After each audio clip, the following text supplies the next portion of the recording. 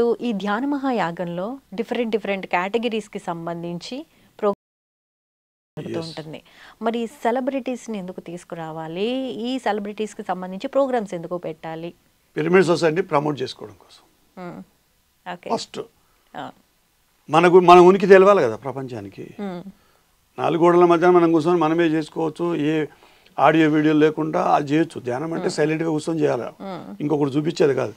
కానీ ధ్యానం యొక్క విశిష్టత, ధ్యానం యొక్క గొప్పతనం తెలిసిన కోసం, ప్రపంచానికి తెలియడం కోసం ఆ విధంగా మార్కెట్కి స్ట్రాటజీ అంటుంది ధ్యాన జగత్ సాధించడంలో.